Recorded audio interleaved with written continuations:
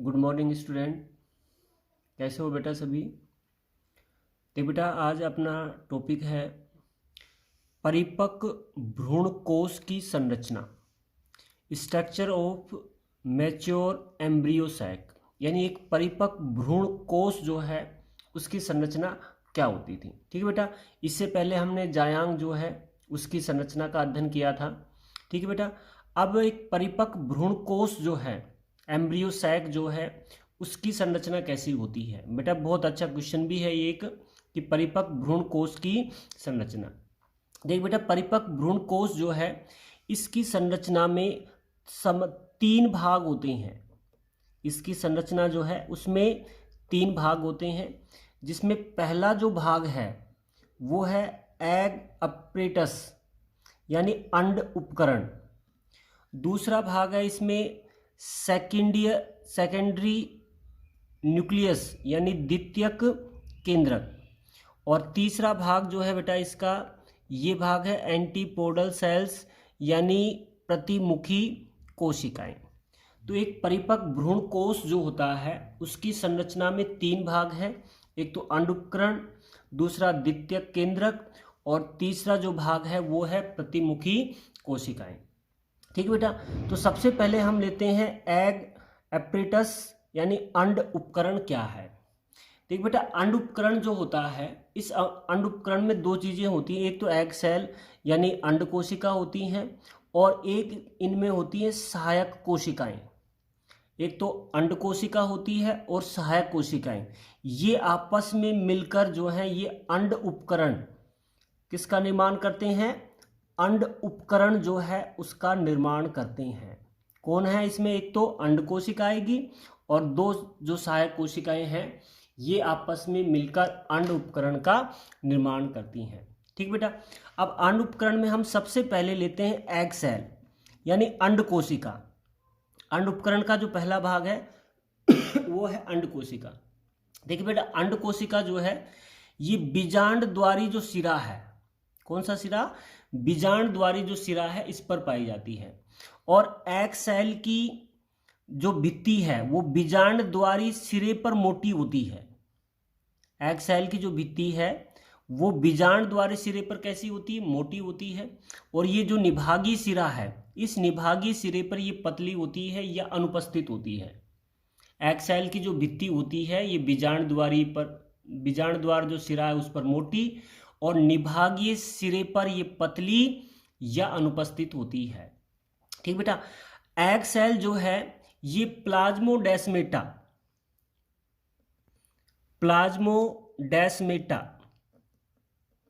Plasmodesmata जो है जीव द्रव्य तंतु जो हैं उनकी सहायता से ये एग सेल से जुड़ी रहती है।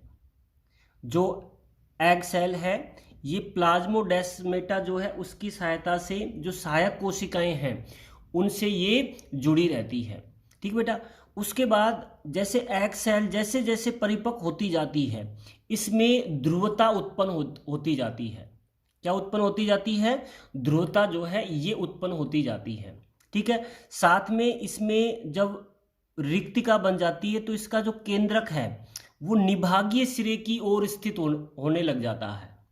भाई इसमें जो रिक्तिका बन जाती है तो ये केंद्रक है ये कहाँ चला जाता है, निभागीय जो सिरे है उसकी ओर गति करता है। ठीक है बेटा, दूसरी बात कि एग सेल जो है इसका जो साइटोप्लाज्म है, एग सेल का साइटोप्लाज्म जो है ये निष्क्रिय होता है। अतः एग सेल जो है ये पोषण जो है ये सहायक कोशिकाओं से प्राप्त करती है। एग सेल जो है इसका साइटोप्लाज्म निष्क्रिय होता है जिसके कारण ये पोषण जो है ये सहायक कोशिकाओं से प्राप्त करती है। तो पहला भाग हमने लिया था अंड उपकरण का एग सेल। एग सेल कहाँ मिलेगी आपको, ये बीजांड द्वारी जो सिरा है उस पर मिलती है, जिसमें उसकी बीजांड द्वारी सिरे पर जो भित्ति है ये मोटी है, निभागीय सिरे पर जो भित्ति होती है ये पतली होती है या अनुपस्थित होती है। ठीक बेटा, दूसरी बात जैसे जैसे एग सेल परिपक्व होती है इसमें ध्रुवीयता उत्पन्न हो जाती है और जो रिक्तिका बनने के कारण इसका केंद्रक है, ये जो केंद्रक है ये निभागीय सिरे की ओर गति करता है और निभागीय सिरे पर स्थित हो जाता है। ठीक है बेटा। दूसरी बात, एग सेल का साइटोप्लाज्म निष्क्रिय अवस्था में है, जिसके कारण ये पोषण किससे प्राप्त करती है? सहायक कोशिकाओं से पोषण प्राप्त करती है। ठीक है बेटा, ये एग सेल हो गया अंडोत्पन्न का पहला भाग। दूसरा भाग लेते हैं हम सहायक कोशिकाएं। दूसरा भाग जो है इसका सहायक कोशिकाएं। देखिए बेटा, सहायक कोशिकाएं जो होती हैं ये एग सेल से मिलकर अंडोत्करण बनाती हैं, और ये सहायक कोशिकाएं एग सेल जो होती है इसके 2/3 भाग को आवृत करती हैं। जो सहायक कोशिकाएं होती हैं ये एग सेल के 2/3 भाग जो है उसको आवृत करती हैं। ठीक है बेटा। और जो एम्ब्रियो सैक है, इस एम्ब्रियो सैक में जो सहायक कोशिकाएं होती हैं वो सभी समान आकार की होती हैं, यानी कोई उनमें अंतर नहीं होता है, दोनों जो हैं वो समान आकार की होती हैं। प्रत्येक जो सहायक कोशिका है वो बीजांडद्वारी जो छोर है उसकी भित्ति से जुड़ा रहता है। एग सेल जो है ये बीजांडद्वारी जो छोर है उसकी भित्ति से जुड़ा रहता है, और इस भित्ति पर फिलीफोर्म अपरेटस जो हैं ये पाए जाते हैं, और इनसे निकलने वाले जो प्रवर्ध हैं, इनसे जो प्रवर्ध निकलते हैं ये प्रवर्ध एम्ब्रियो सैक में धसे रहते हैं। भाई एग सेल जो है उसके बीजांडद्वारी जो सिरा है उसकी भित्ति से फिलीफोर्म अपरेटस जो हैं ये निकले रहते हैं, और इनसे जो प्रवर्ध निकलते हैं ये किस में धसे रहते हैं? एम्ब्रियो सैक जो है उसमें धसे रहते हैं। ठीक है। और ये प्रवर्ध क्या कार्य करते हैं? पहला इनका कार्य है कि ये पोषक पदार्थ जो होते हैं इन पोषक पदार्थों का वितरण करते हैं। ये जो प्रवर्ध एम्ब्रियो सैक में धसे रहते हैं ये पोषक पदार्थ जो है उनका वितरण करते हैं। दूसरा, ये बीजांडद्वारी जो भित्ति है, बीजांडद्वार की जो भित्ति है उस भित्ति को यांत्रिक सहायता प्रदान करते हैं। बीजांडद्वार की जो भित्ति होती है उसे यांत्रिक सहायता प्रदान करते हैं। तीसरा इनका कार्य है कि ये प्रवर्ध जो होते हैं ये पराग नलिका, निषेचन के समय पराग जो नलिका है उसको एम्ब्रियो सेक यानी भ्रूण कोश जो है उसमें प्रवेश, एम्ब्रियो सैक जो है उसमें भ्रूण के प्रवेश को निर्देशित करते हैं।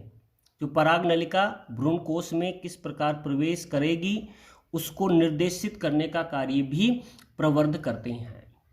ठीक बेटा। उसके बाद पराग नलिका जब भ्रूण कोश में प्रवेश करती है तो प्रवेश जब करती है तो उसमें एक सहायक कोशिका जो है ये नष्ट हो जाती है। प्रवेश करते समय एक सहायक कोशिका जो है वो नष्ट हो जाती है। दूसरी सहायक कोशिका जो है ये निषेचन के पश्चात नष्ट हो जाती है। कब हो जाएगी? निषेचन के पश्चात। एक तो जब पराग नलिका प्रवेश करेगी भ्रूण कोश में उस समय नष्ट हो जाती है। दूसरी जो सहायक कोशिका है वो निषेचन के बाद नष्ट हो जाती है। कभी कभी क्या होता है कि ये सहायक कोशिकाएं जो हैं ये अनंत काल जो है उस तक भी ये स्थित होती हैं, नष्ट नहीं होती हैं। समानतः तो क्या होता है, एक तो पराग नलिका के निषेचन से नष्ट हो जाती है, निषेचन के बाद नष्ट हो जाती है, और एक जब पराग नलिका इसमें जब प्रवेश करती है तो ये नष्ट हो जाती हैं। ठीक बेटा। तो ये हमने पहला इसका भाग लिया था एग अपरेटस अंडोपकरण, जिसमें एग सेल हो गई और दो क्या हो गई? सहायक कोशिकाएं। सहायक कोशिकाओं में जो फिलीफोर्म अपरेटस होते हैं ये 3 कार्य करते हैं। पोषक पदार्थों का वितरण करते हैं, बीजांडद्वारी भित्ति जो है उसको यांत्रिक सहायता प्रदान करते हैं, और पराग नलिका का भ्रूण कोश में प्रवेश को निर्देशित करते हैं, जिसमें एक सहायक कोशिका पराग नली के प्रवेश के समय नष्ट हो जाती है, दूसरी सहायक कोशिका जो है ये निषेचन के बाद नष्ट हो जाती है, तथा कभी कभी ये सहायक कोशिकाएं जो हैं ये अनंत काल तक जीवित रहती हैं। ठीक बेटा, तो ये पहला जो भाग हो गया इसका, वो क्या है, अंड उपकरण। ठीक बेटा, अब दूसरा भाग लेते हैं इसका, सेकेंडरी न्यूक्लियस यानी द्वितीयक केंद्रक। द्वितीयक केंद्रक, देख बेटा द्वितीयक केंद्रक क्या है कि जो भ्रूण कोश है उसके मध्य में एक बड़े आकार की, जो भ्रूण कोश की सबसे बड़े आकार की कोशिका होती है, ये उपस्थित होती है। न्यूक्लियस, इसमें उपस्थित जो न्यूक्लियस है वो ध्रुवीय स्थिति वाला होता है। जो न्यूक्लियस केंद्रक है ये कैसा होता है, ध्रुवीय स्थिति वाला होता है। सबसे बड़े आकार की कोशिका है और इसका जो केंद्रक है वो ध्रुवीय स्थिति वाला होता है। ठीक बेटा, द्विनिषेचन की जो क्रिया होती है, द्विनिषेचन जब होता है, ये आगे बताएंगे, द्विनिषेचन जब होता है उस समय जो ये द्वितीयक केंद्रक है ये एंडोस्पर्म यानी भ्रूणपोष का निर्माण करता है। क्या बनाएगा ये, एंडोस्पर्म। एंडोस्पर्म यानी भ्रूणपोष जो है उसका निर्माण करता है।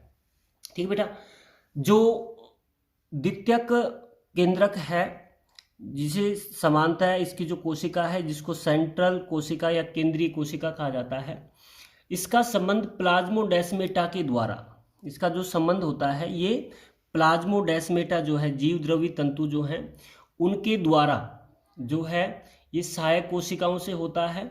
लेकिन इस कोशिकाओं में संबंध बीजांडकाय नहीं होता है। इसका जो संबंध है, सेंट्रल जो कोशिका है, इसका संबंध जो है वो किससे होता है, प्लाज्मोडेस्मेटा के द्वारा, जो सहायक कोशिकाएं हैं उनके द्वारा होता है। लेकिन बीजांडकाय से संबंध नहीं होता है इसका। जैसे इसके बाहर की ओर क्या है, बीजांडकाय होता है। ठीक है, जैसे बीजांड की संरचना में पढ़ा था, तो अंदर भ्रूणकोश और बाहर की ओर क्या होता है, बीजांडकाय।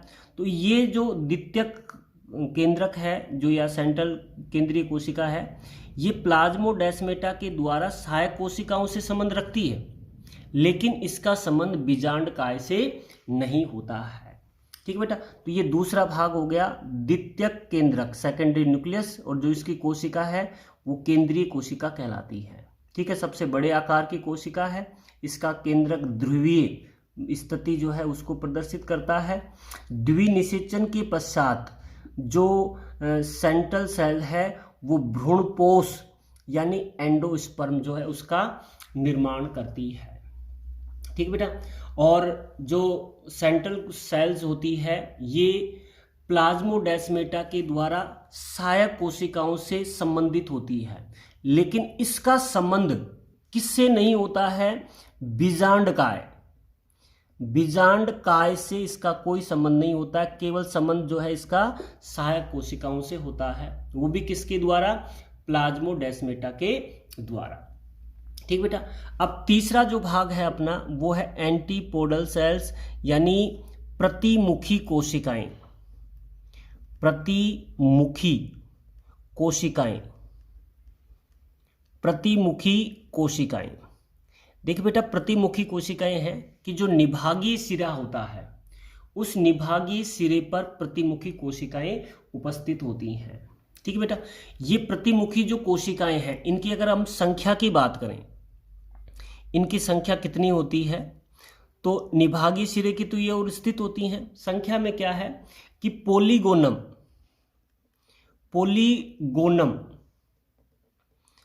कल जो प्रकार पढ़ा था हमने इसका, पोलीगोनम जो होता है एम्ब्रियो सैक, उसमें 3 एंटीपोडल सेल्स पाई जाती हैं। कौन से प्रकार में, पोलीगोनम प्रकार में 3 होती हैं, जबकि ओइनोथेरा टाइप जो होता है उसमें जो प्रतिमुखी कोशिकाएं हैं वो अब्सेंट होती हैं, ये अनुपस्थित होती हैं।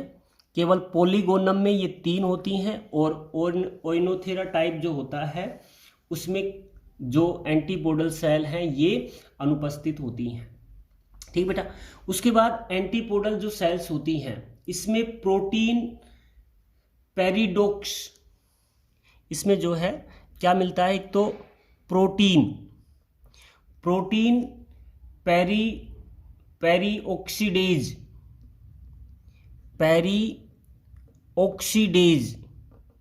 प्रोटीन पेरीऑक्सीडेज ये इसमें उपस्थित होता है। उसके बाद साइटोक्रोम ऑक्सीडेज, दूसरा है साइटोक्रोम ऑक्सीडेज जो है ये इसमें उपस्थित होता है। उसके अलावा जो इसमें है एस्कार्बिक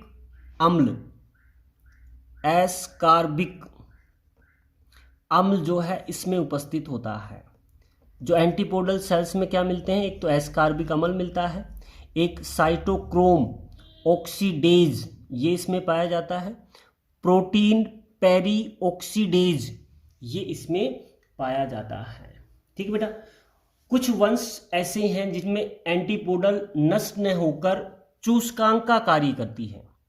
कुछ ऐसे वंश हैं जिसमें एंटीपोडल निषेचन के बाद नष्ट नहीं होती हैं, वो चूसकांक जो है उसकी भांति कार्य करती हैं। कुछ वंशों में ये नहीं पाई जाती हैं और जो है निषेचन के बाद ये नष्ट नहीं होती हैं और ये चूसकांक की भांति कार्य करती हैं। और शेष जो है वंश हैं उनमें ये क्या है कि निषेचन के पश्चात नष्ट हो जाती हैं। तो ये तीसरी है अपनी एंटीपोडल सेल्स, प्रतिमुखी कोशिकाएं निभागीय सिरे की ओर स्थित होती हैं। ये बीजाणुद्वारी सिरा है, निभागीय सिरे की ओर ये स्थित होती हैं। संख्या की बात करें तो पोलीगोनम जो प्रकार है उसमें 3, ओइनोथेरा जो है उसमें ये अनुपस्थित होती हैं। और इनमें एक तो प्रोटीन पेरीऑक्सीडेज, साइटोक्रोम ऑक्सीडेज, एस्कार्बिक अम्ल जो है ये उपस्थित होता है। और कुछ वंश में ये नष्ट नहीं होती हैं जो चूसकांक की भांति कार्य करती हैं। तो ये है बेटा एक परिपक्व भ्रूण कोष जो है, एम्ब्रियो सैक जो है उसकी संरचना। 3 भाग पढ़े हमने, एक तो अंड उपकरण पढ़ा जिसमें अंड कोशिका, सहायक कोशिकाएं हैं। दूसरा द्वितीयक केंद्रक या सेंट्रल कोशिका, केंद्रीय कोशिका हमने पढ़ा। और तीसरा जो निभागीय सिरे की ओर है वो है एंटीपोडल सेल्स या प्रतिमुखी कोशिकाएं। ठीक बेटा, ये हो गया एक परिपक्व भ्रूण कोष जो है उसकी संरचना। ठीक बेटा। उसके बाद अगला टॉपिक हम लेते हैं वो है परागण, पोलिनेशन। परागण क्या है? देखिए बेटा, परागण क्या होता है कि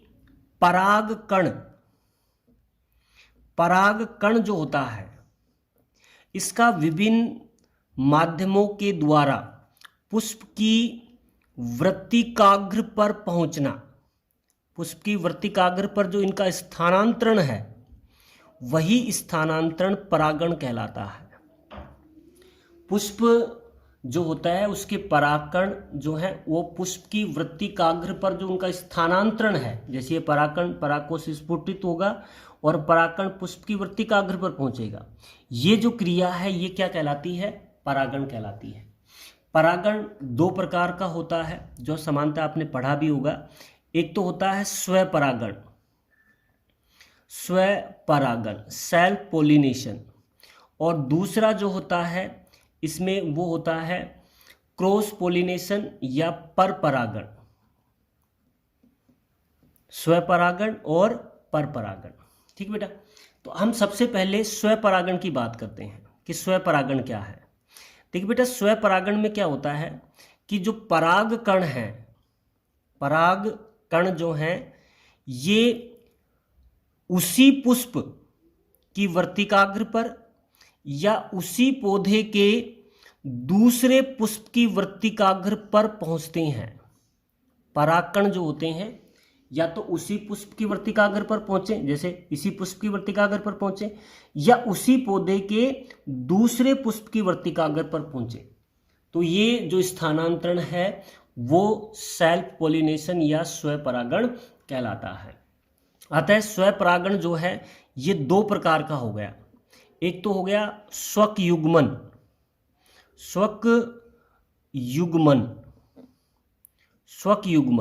देख बेटा, स्वक युग्मन क्या होता है कि इस प्रकार के जो स्वपरागण होता है इसमें परागकण परागकोश से मुक्त होते हैं और उसी पुष्प की वृत्तिकाग्र पर पहुंचते हैं। परागकण जो है वो उसी पुष्प की वृत्तिकाग्र पर पहुंचता है, तो वो क्या कहलाता है? स्वक युग्मन कहलाता है। और ये स्वक युग्मन जो है ये मिलता है एक तो मटर में और अरहर। मटर व अरहर जो है इसका उदाहरण है कि उसी पुष्प का परागकण उसी पुष्प की वर्तिकाग्र पर स्थानांतरित होता है। ठीक बेटा। दूसरा जो स्वपरागण है वो होता है सहजात पुष्पी परागण। सहजात पुष्पी परागण। सहजात पुष्पी परागण में क्या होता है कि एक पुष्प जो होता है उसके परागकण जो है वो उसी पौधे के दूसरे पुष्प की वर्तिकाग्र पर पहुंचते हैं। यानी पौधा एक ही होता है लेकिन पुष्प अलग अलग होते हैं। भाई स्वयुग्मन एक ही पुष्प में होगा और सहजात पुष्पी परागण एक ही पौधे के अलग अलग पुष्पों के मध्य होता है। तो वो क्या कहलाएगा? सहजात पुष्पी परागण। ठीक बेटा। अब सहजात पुष्पी जो परागण है वो समानतः मिलता है एक तो अंजीर में। अंजीर है, पीपल है, उसमें सहजात पुष्पी परागण पाया जाता है। ठीक है बेटा। अब सहजात पुष्पी ये अपना स्वपरागण पूरा हो गया, स्वयुग्मन भी आ गया उसमें और सहजात पुष्पी परागण भी आ गया। ठीक बेटा। अब स्वपरागण जो होता है इसके अनुकूलन क्या है? यानी पादप में ऐसी कौन सी क्रियात्मक या संरचनात्मक संरचनाएं उत्पन्न होती हैं जिनके कारण उनमें स्वपरागण ही होता है, पर परागण क्यों नहीं होता है? यानी स्वपरागण ही क्यों होता है? उसमें कुछ अनुकूलन है। जैसे पुष्प जो है ये द्विलिंगी होता है। पुष्प कैसा होता है? द्विलिंगी होता है। द्विलिंगी का मतलब उसमें नर जननांग भी उपस्थित होता है और मादा जननांग। तो ये स्वपरागण का सबसे बड़ा अनुकूलन है जिसके कारण स्वपरागण की संभावना बहुत अधिक हो जाती है। जैसे ये पुष्प की बात करें, इसमें नर जननांग भी उपस्थित है, मादा जननांग भी है। तो स्वपरागण उन्हीं पुष्पों में होगा जो पुष्प कैसे होंगे? द्विलिंगी होते हैं। ठीक बेटा। दूसरा जो अनुकूलन है वो है समकाल पक्वता। समकाल पक्वता यानी समकाल का मतलब समान समय में परिपक्व होना। लेकिन कौन परिपक्व होना? जिसमें नर जननांग जो जिसे कह सकते हैं नर जननांग जो है और मादा जननांग जो होते हैं ये एक समय में ही परिपक्व होते हैं।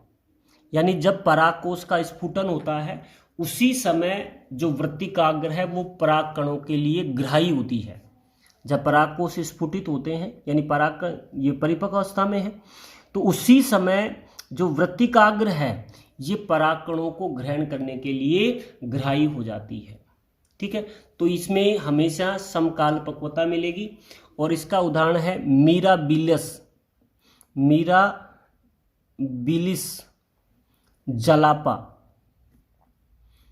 मीराबिलिस जलापा जिसमें पढ़ा हुआ आपने, सबसे बड़े परागकण पाए जाते हैं इसमें। तो मीराबिलिस जलापा जो है उसमें समकाल पक्वता देखने को मिलती है। ठीक बेटा। तीसरा इसका अनुकूलन है वो है अनून्मिल्लता। देखिए बेटा, अनून्मिल्लता क्या है कि कुछ पौधे ऐसे होते हैं जिनके पुष्प जो होता है उनके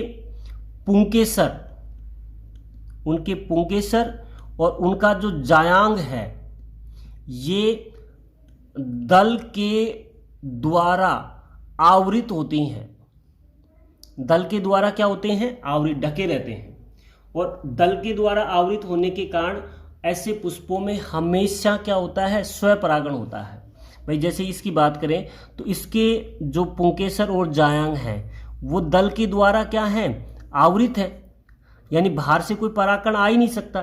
परागकण इसी जो पुंकेसर है इसका परागकण इसी पुष्प की वर्तिकाग्र पर जाएगा क्योंकि ये पूरी तरह से क्या है? आवृत है, जिसके कारण बाहर से कोई परागकण पुष्प की वर्तिकाग्र पर नहीं पहुंच जाता है। जैसे वायोला जो है उसमें ये पाया जाता है। जंकस है उसमें ये पाया जाता है। ड्रोसेरा ड्रोसेरा जो है उसमें पाया जाता है, उसमें अनून मिलता पाई जाती है। यानी ऐसे पुष्प जिनके पुंकेसर और जायांग जो हैं ये दल के द्वारा आवृत होते हैं। तो ऐसे पुष्पों में हमेशा क्या होगा, स्वपरागण ही होता है। ठीक बेटा, तो ये अपना पूरा हो गया आज परागण में स्वपरागण, जिसमें स्वपरागण की परिभाषा आ गई और दूसरा प्रकार आ गए स्वयुग्मन और सहजात पुष्पी परागण।